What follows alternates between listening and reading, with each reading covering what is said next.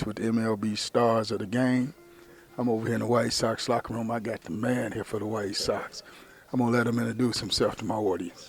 My name is Brandon Eisert, left-handed pitcher Brandon, where you from? from Beaverton, Oregon. Beaverton, Oregon. Yeah, Nike employee stores out there. This Or Nike Chicago, where's Oregon at? headquarters. Far west. So how Oregon boy wind up in Chicago? I don't know, just team selected me, and so just working my way through. And with baseball, you never know where you're going to end up, so I ended up in Chicago. So, we got a lot of kids out there to watch this show. They got that ambition of playing Major League Baseball. So where did the Major League Baseball start for you? Yeah, it started in T-ball. Just grew up always loving baseball. Worked my way through Little League, high school. Was kind of late recruited. Ended up going to Oregon State for baseball in college, which was a great experience. Really good team, and then just got drafted and worked my way through the system to eventually get here. Yeah, it's just hard work.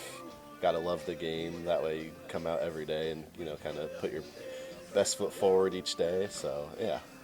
So Oregon, what was high school like in Oregon? What was high school ball like in Oregon? It was okay. It was not like the California, Arizona, like the warmer weather places.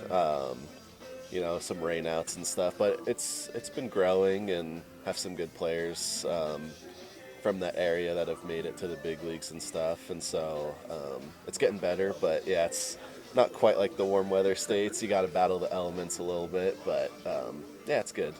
So I'm Chicago, born and raised. Midwest flat surface. Ain't Yeah. Oregon kind of hilly? Yeah, it's really beautiful out there. Really, mountains.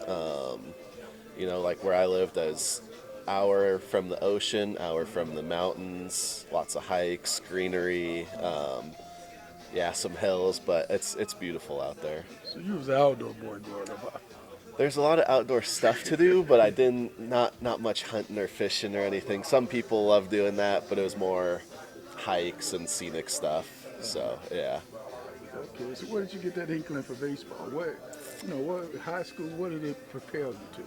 I don't know. Just growing up, my dad loved baseball. He didn't play too far into it, just high school, but was kind of always pretty good at it. Loved pitching. Left-handed helped a lot too. So just kind of put me on that trajectory, and just liked going out and playing, and just wanted to see where it could take me. And so far, it's been working out. So was you the man in high school?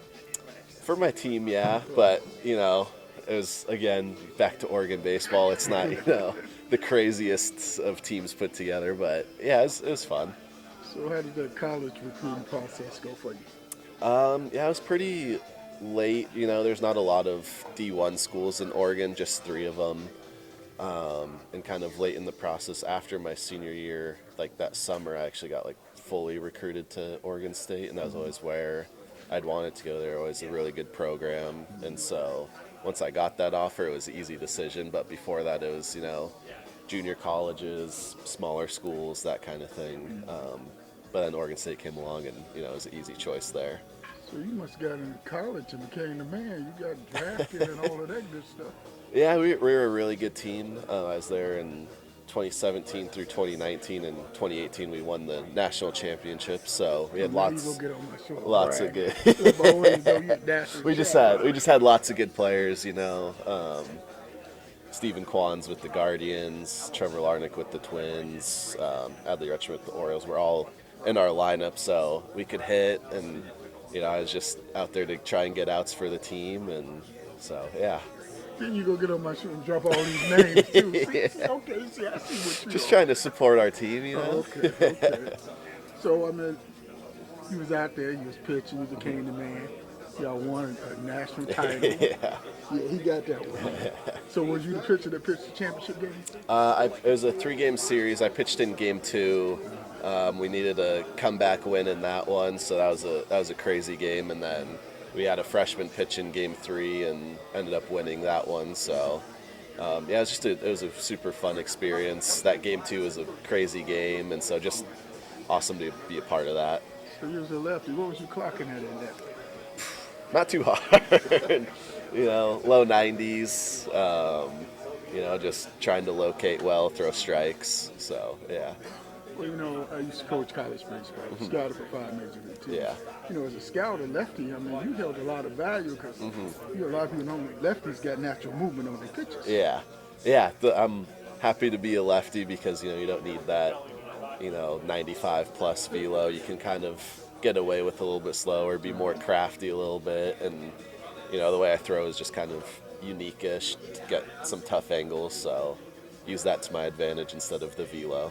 So y'all won that championship. Did you get a championship ring? We did, yeah. What you do with the ring? It's just sitting at home right now. You just looking at the ring? You supposed to be winding around here showing them guys. Hey, look. No, maybe if I'm retired or something, I'll wear it more. But yeah, right now it's just sitting back at childhood home. So You ain't give it to mom and pops. Mom would put it on her neck and wear it it's around. it's in their house, but yeah, that's just sitting there. They're not really using it or They anything. wait for a real serious ring. Yeah. We don't want no college ring. We want Yeah. a real serious ring. Yeah, exactly. So, high school, college. Then you get drafted. So what was the draft experience like? It was awesome just to get drafted. I was unfortunately hurt at the time, so I went right into rehab when I got drafted. It was by the Toronto Blue Jays, so was with them since 2019, and then this is my first year with Chicago. But yeah, just work your way through the system. You got the low A, high A, double A, triple A. So just try and pitch when you have the chance and perform well and move up as fast as possible. But yeah, the draft experience was awesome. Just to have your name called and all that work that you've put in to get drafted, kind of paying off is really awesome. Did you cry when you got drafted? No, I don't think I did. I don't think I did, but yeah. I see that little tear right trickle down there. It's the thrill of a kid's life. You want to be drafted, you get that call, you get drafted. Then you go off to the minor. You think you're on your way to the major leagues, but you find out it don't work that way. No. Yeah, it was a struggle, especially just going straight into rehab, not being able to, join the short season and stuff. So I didn't get to know a lot of the organization players or my draft class. You kind of get to know all them and go through with them. I was a little bit late getting to that, but then you realize, everyone's got the same goals in mind. You make a lot of friends, meet new people. So yeah, it's definitely not, you're drafted, you're in the big leagues all of a sudden. It's a little bit of a grind, but you got a lot of stuff, make a lot of friends along the way. Did you experience the peanut butter and jelly sandwiches in the minor leagues, or you came on after that? Yeah, there a little bit of that. When I first got started, food and stuff wasn't as good, but as I got through, it got a lot better, and we were treated pretty well. So last two questions. What's this big league experience like? It's been great, yeah. Just looking for opportunity, trying to, help the team win the best I can. It's been great. Playing at big league stadiums is awesome. Travel isn't too bad, and so yeah. And then again, just new teammates, making friends. It's been a great experience. So growing up in Oregon, I know you was ESPN and saw all the major leaguers. When you get here, that you got to get starstruck, wow. A little bit, yeah. When you first, walk into the big league stadium, you're not used to all those seats, and you play against big name guys, and you're like, oh, now I'm at the same level as these guys. It's kind of surreal, but it's awesome. So you just got to think we're at the same level now. I can compete with these guys, and so yeah. Just trying to get them out. Yeah. Just use your best stuff, Last question. Get that call, you're going to the big leagues, walk in this locker room for the very first time, see your uniform hanging up. What was that feeling like? It was crazy. It was just, again, kind of like getting drafted, where it's all that work you've put in is finally kind of paying off. You got the call, all that work you've put in to make it to that point, you finally did it. And then really just once you're out there and pitching, that whole first day you kind of black out and hard to remember. But yeah, it's just a great feeling to, all that work that you've put in to be finally paying off. So, yeah. Did you cry then? No, not there. You just don't want to tell, do you? Coach with the man. Yeah. Appreciate it. Yeah, thank you. On social media, click the link to follow us on Twitter, Facebook, Instagram, TikTok, Fanbase, our podcast, become a subscriber on our YouTube channel, and visit our website at mem2 MEM247.com. That's MEM247.com. Chapter 8, for your info, one of my coaches would always tell me, "You're just the face of this team. I run this program, and you wouldn't be anything without me." I'd laugh it off, but the truth is that being the face of my team has come with immense challenges.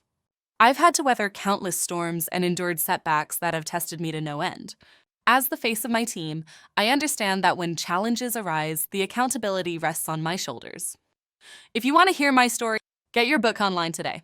TheDiaryOfACoach.com. That's TheDiaryOfACoach.com.